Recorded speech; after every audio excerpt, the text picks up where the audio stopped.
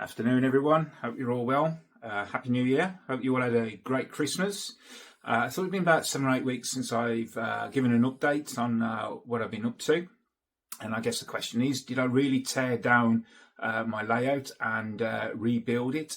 Well, I guess let's go and find out.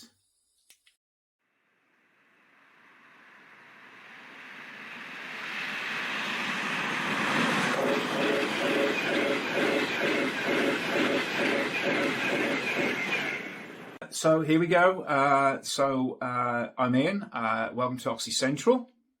I've done a number of changes to the layout.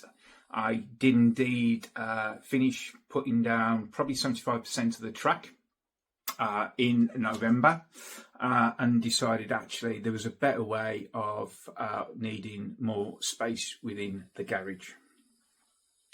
So I changed everything in November for a number of reasons, really. One, I didn't quite like the fact that the timber was secured to the side of the garage wall, sort of slight issues with raw plugs, etc., which I won't bore you with. And then I suddenly thought, well, wouldn't it be better to use kitchen cupboards? And I already had one, which is that one there. And I saw that B&Q had their Black Friday sale on, so I purchased 4 units and I built them. And then what I did was I put some wood underneath over the top of the units, and I'll show you some pictures now. Following that, really, because I'd done that, it gave me more of a firm fixtures and fitting. So I wanted it to be. It was more stable and it gives me the storage space. I admittedly, at the minute, I have only bought the units. I haven't bought the cupboard doors, but I will do so at some point. But I'm getting married this year, so that has to take precedence. So what have I been up to? Well, I guess really some of you remember that I had a retaining wall here, and actually why I wasted my time and some cost building that partition wall and losing out on space, I don't know. So I moved the fridge freezer, I took the cupboards down off the wall and relocated them, and basically gave me another metre of track work here. And one of the key things that I noticed was last time when I built it, my track was just round and round and round, and I wanted to add some variety to this.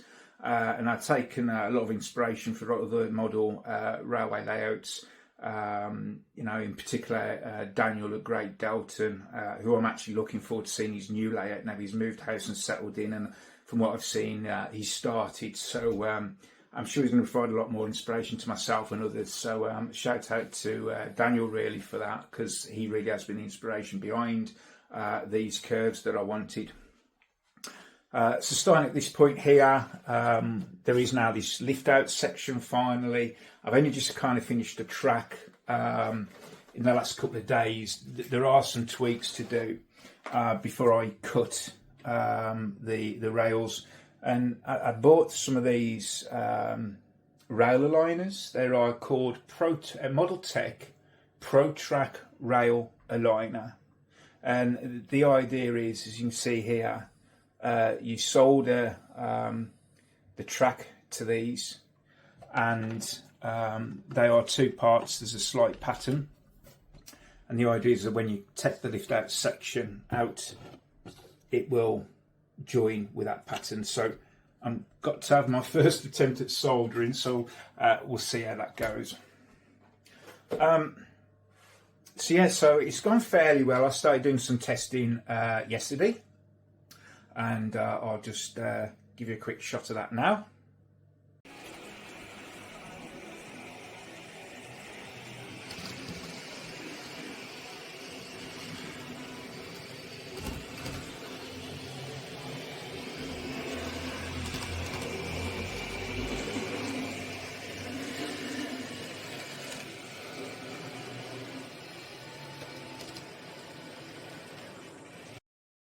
So yeah, it seems to be quite a shortage of different types of N-gauge catenary as far as I'm concerned.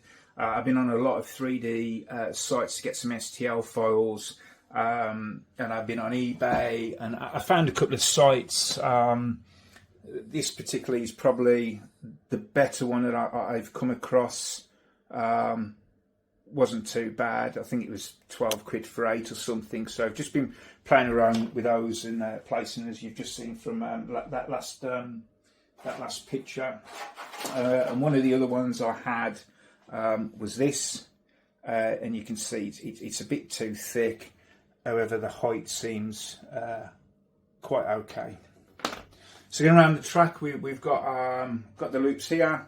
The idea is here is at the minute this is all supported by wood that's not yet screwed into through the board, and that's purely because I want to get all the droppers wired in first of all, and then I can position the wood where I need to.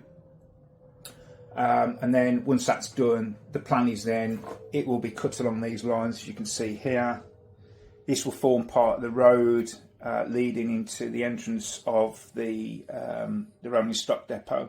And for those that know Wolverhampton and sort of the south side of Oxley, there's a McDonald's and there's a roundabout and there's the viaduct, etc. So I'm trying to incorporate all that here, so it'll be cut here. We'll have the bridge here, maybe, possibly, with sort of the main dual carriageway running up to Wolverhampton itself.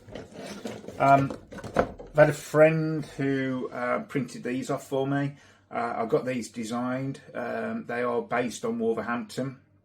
I think maybe they look slightly out of scale, but I'm going to stick with them. I do like them.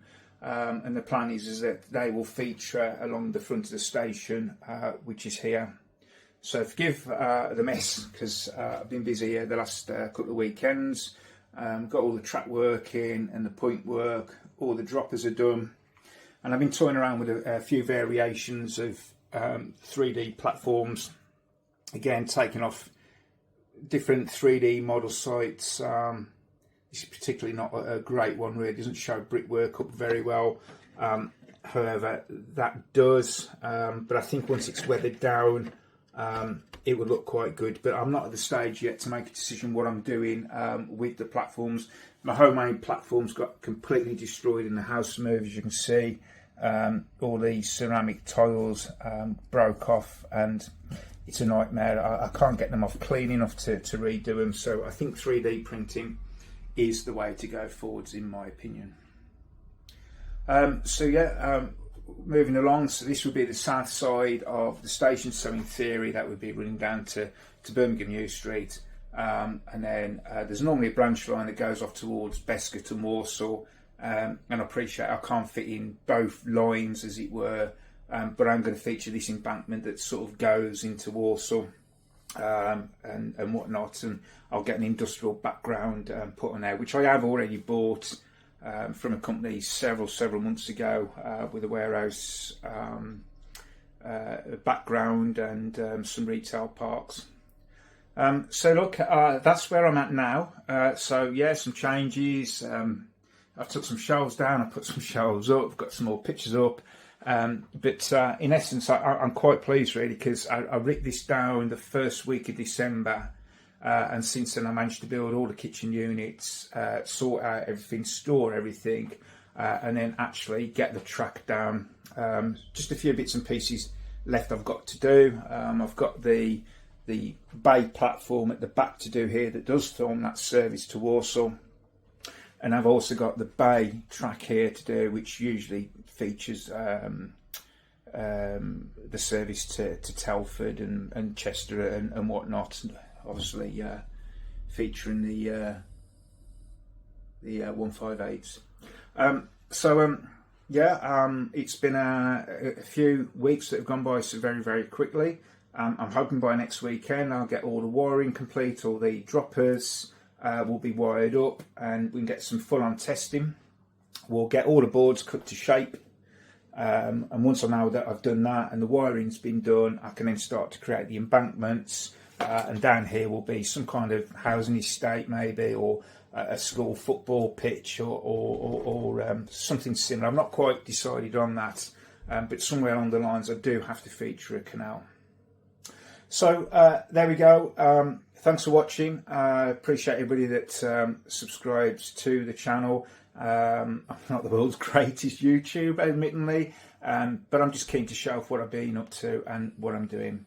So I'll give you an update hopefully towards the end of February. My depot should hopefully then be ready, and I'm hoping that I will have my background completely done as well. So speak to you soon. Take care. Bye bye.